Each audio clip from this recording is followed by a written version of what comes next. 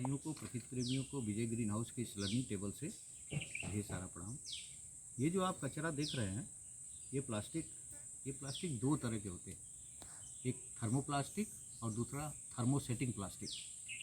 Thermoplastic ये है, जैसे इसको आप गर्म कीजिए तो ये मुलायम होगा, और फिर इसको ठंडा करेंगे तो ये कठोर हो जाएगा, और फिर कठोर हुए तो फिर उसको गर्म करेंगे तो फिर वो जो है मुलायम होगा। माने इसकी रिसाइकलिंग हो रही है, इसका चक्रण हो रहा है। और जो थर्मोसेटिंग प्लास्टिक है, उसको एक बार अगर आपने इसको, जैसे ये थर्मोसेटिंग प्लास्टिक है मान लीजिए, इसको एक बार हमने गर्म किया तो ये मुलायम होगा, पिघल जाएगा, और फिर ठंडा करेंगे तो कठोर हो जाएगा। लेकिन फिर उसके बाद अगर उसको हम गर्म कर रहे हैं तो ये मुलायम नहीं होगा। इस तरह से दो तरह के प्लास्टिक हैं और इस प्लास्टिक का हमारे पर्यावरण से बड़ा गहरा रिश्ता है कि हमारे पर्यावरण को, हमारी मिट्टी को बहुत प्रदूषित कर रहा है। हम सब पढ़े, और पढ़ने के अनुकूल जब हम इनका व्यवहार में नहीं लाते हैं तो ये हमारे लिए बहुत ही नुकसानदायक है। आज हमारी नेट कल्टीवेटेड एरिया इनके कारण से बहुत ख़राब हो रही है।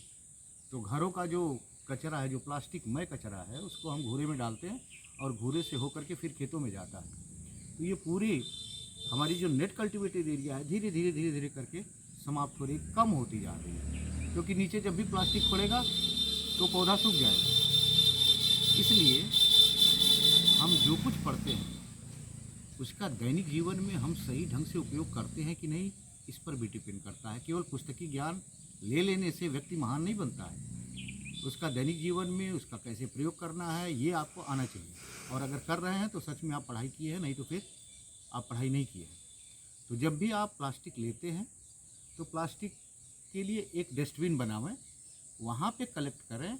और ये जो कबाड़ी वाले आते हैं प्लास्टिक खरीदने वाले, इनको आप बेच दें तो उससे कुछ पैसा मिलेगा। और ये जो कबाड़ी वाला खरीदेगा, ये कहीं भी आपको एक भी अपना प्लास्टिक रोड पे नहीं फेंकेगा, क्योंकि उसको पैसा कलेक्ट करना है।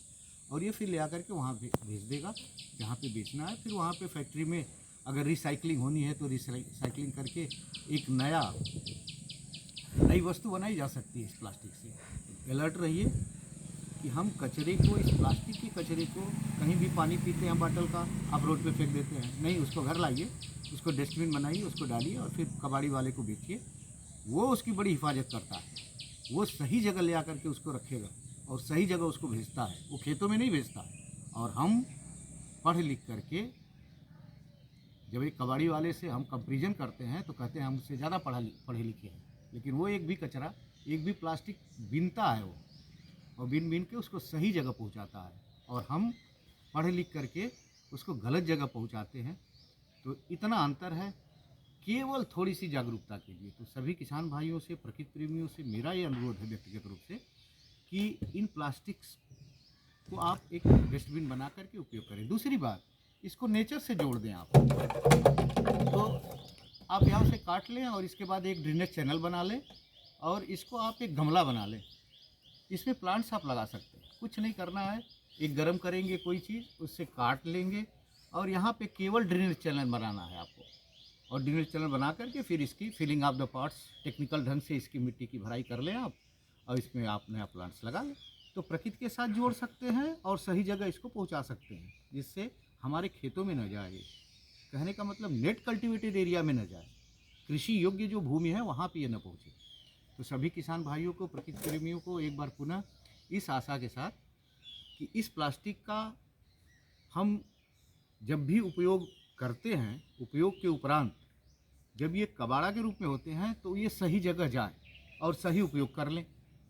इस तरह से हम अपने नेट कल्टीवेटेड एरिया को बचा सकते हैं, अपने प्रदूषण को बचा सकते हैं। दूसरी बात, इसको हम कहीं एक जगह जला देते हैं, तो इससे बहुत सारी कार्बन डाइऑक्साइड निकलती हैं, वो हमारे वायुमंडल को ख़राब करती हैं। ये जो ऑक्सीजन, विभिन्न गैसों का जो आवरण है, अनुपात है, ये हमारा अनुपात ख़राब हो रहा है। तो इसको जलाएंगे भी नहीं और इसको सही जगह पहुंचाएंगे। और इसके निमित्त एक हम घर में एक डस्टबिन बनाओ प्लास्टिक की, वहीं पे रखें प्लास्टिक को, और फिर कबाड़ा वाला आता है तो उसको बेच दें। और इसमें से जो अच्छी चीज़ें हैं, जो काम योग्य हैं, जिसको हम प्रकृति से जोड़ सकते हैं, जैसे इसको हम आज जोड़ेंगे, इसको हम काट करके इसका एक गमला बनाएंगे और कुछ नहीं करना है, एक डस्टबिन बनाना, एक एक ड्रेनेज चैनल बनाना है। तो इस तरह से आप उपयोग करके अपनी धरती माता को हम सुरक्षित और संरक्षित कर सकते हैं। तो सभी लोगों को एक बार पुनः विजय ग्रीन हाउस के इस लर्निंग टेबल से ढेर सारा प्रणाम। नमस्कार।